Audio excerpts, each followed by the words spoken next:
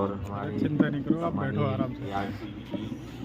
और इस प्रोग्राम में हमारे सभी शिक्षक भाई और कार्यकर्ता आंगनबाड़ी बहनें, आप सभी का बहुत बहुत स्वागत है।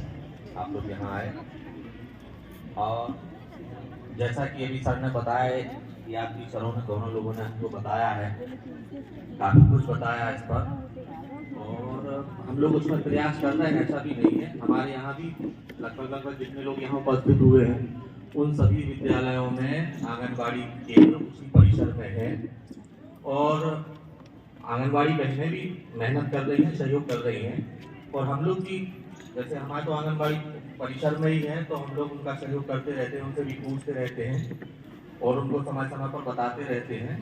तो चल रहा है, लेकिन थोड़ा सा हम ये और कहेंगे कि इस सहयोग को थोड़ा और बढ़ाएं ताकि हमें जो रिजल्ट चाहिए वो रिजल्ट मिले। बस यही इसी सहयोग की हम लोग आप लोगों से सभी से कामना करते हैं। धन्यवाद। और शिक्षक के रूप में भी दायित्व सौंपे जा रहे हैं। एक अच्छे शिक्षक के रूप में उन बच्चों को कुछ पोषण के साथ साथ उनको कुछ सिखाइएगा। तो हमारे टीचर का एक ही उद्देश्य है, सिर्फ और सिर्फ बच्चों को सिखाना। तो आपसे ज्यादा अपेक्षा है किससे? शिक्षक भाई से। शिक्षक भाई बहनों से ज्यादा अपेक्षा है कि वो थोड़ा ज्यादा सहयोग करें जिससे वो बच्चे जो है अच्छा सीख जाए। और वो आपके लिए इतना भी समझ लीजिए कि अगर आपने वहाँ पर उनको सिखा दिया या अच्छी हैबिट डलवा दी रहेगी, वो भी आपके विद्यालय में लाभदायक रहेगी। कुछ दक्षताएं सीख जाएंगी जो भविष्य में आने वाली दक्षताओं में सहयोग का काम करेंगी, जल्दी वो दक्षताएं सीख जाएगा। तो ये काम ज़्यादा है। तो यहाँ अभी तक अगर उतना बेहतर कोऑर्डिनेशन नहीं हो पाया है, अगर इनके बच्चे नहीं आ रहे हैं तो आप भी प्रयास करिए, प्रधान अध्यापक खासतौर से उनको सजेस्ट करिए कि इनके बच्चे भी आंगनबाड़ी केंद्रों पर आए, मतलब गार्जियन को थोड़ा मोटिवेट अपनी तरफ से करिए। तो हो सकता है कि वो मोटिवेशन से वो गार्जियंस जो है आप लोग सर एक काम करेंगे, मीटिंग रखें में शिक्षा का जब तक वो आपका सहयोग उतरे, क्योंकि मात से रुचि पैदा हो जाती है, तो वो उसका मात समझेंगे। उनको ये भी बताइए कि देखिए आने वाले समय में फिर बच्चे को पढ़ने में दिक्कत महसूस होगी यदि आपने हमारे केंद्र पर बच्चे को नहीं भेजा, तो फिर आगे आपका बच्चा उतना बेहतर तरीके से नहीं पढ़ पाएगा। तो इस प्रकार से कई तरीके आपके पास मोटिवेशन के हैं कि जिससे आप उनको और आकर्षित अपने विद्यालयों के लिए बच्चों को कर सकते हैं। इसी कार्यक्रम को और आगे जो है कोई शिक्षा से और अपने विचार। और पहले मंगलवार को वजन दिवस मनाते हैं और पहले शनिवार को टीकाकरण होता है। तो हमारे यहाँ टीकाकरण होता है, इसलिए कुछ बच्चे तो टीकाकरण से डर के वजह से छोटे बच्चे नहीं आते हैं। जी सर, हमारा 10 बजे आंगनवाड़ी केंद्र खुलता है, जो सहायिका द्वारा साफ सफाई और फिर साफ सफाई के बाद में बच्चे बुलाने के लिए जाते हैं। बच्चे बुलाने 10:30 बजे बच्चे आ जाते हैं। उनकी साफ सफाई स्वच्छता पे ध्यान दिया जाता है। पहले उनको देखा जाता है कि बच्चे कितनी सफाई से आए हैं और इसके बाद में फिर उन्हें भावगीत के माध्यम से या नहीं, पहले प्रेयर होती है सर, पहले प्रार्थना होती है, फिर भावगीत के माध्यम से उन्हें खेल खिलाए जाते हैं। जैसे बड़ी मांसपेशियों के विकास के हेतु, छोटे मांसपेशियों विकास के हेतु, उस वजह से इस तरह से उन्हें भावगीत द्वारा खेल खिलाए जाते हैं। और काफी कुछ ऐसे जो सर आपने हमें बताए थे।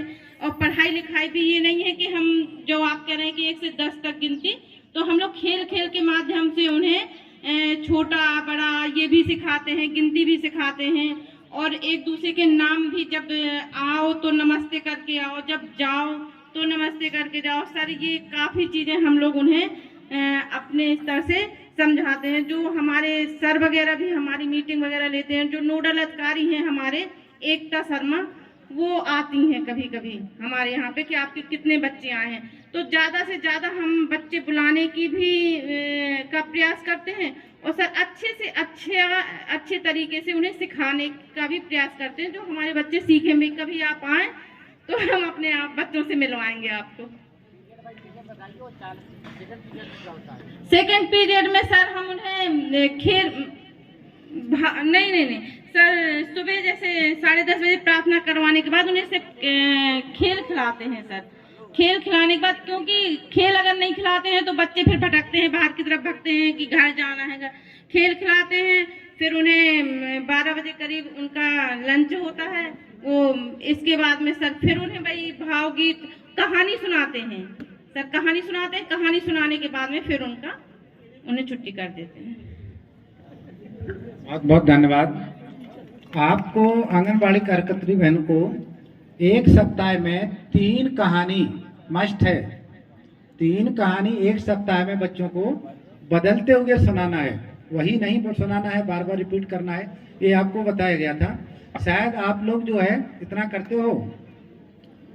हाँ देखिए, अभी हमारे कई टीचर को मालूम पोर्टफोलियो है, फिर जो है जो इनका एक समयावधि के बाद उस बैग को खोला जाता है।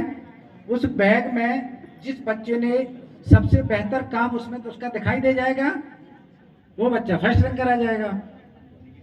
ठीक है, तो उस हिसाब से बच्चे का पता चल जाता है कि कौन सा बच्चा बेहतर है, कौन सा बच्चा बेहतर नहीं है।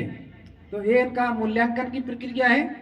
तो आपको भी इससे कुछ सीख मिलेगी कि उस बच्चे का एक तरह का जो क्लास वर्क है, वो क्लास वर्क ही वो उसका मूल्यांकन का आधार बनता है।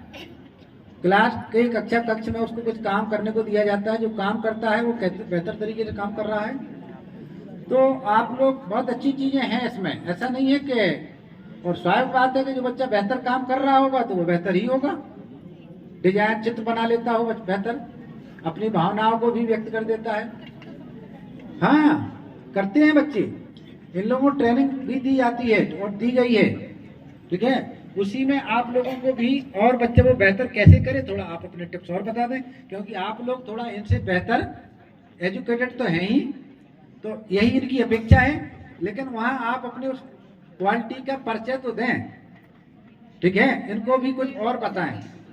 ठीक है, नहीं उसमें थोड़ा दिखाई भी दे, उन बच्चों में दिखाई दे। देखो दोनों लोगों का जो व्यक्तित्व है उन बच्चों में दिखाई दे जाए। हम बहुत अच्छे हैं, बहुत अच्छा पढ़ाते हैं, बहुत अच्छा ज्ञान है,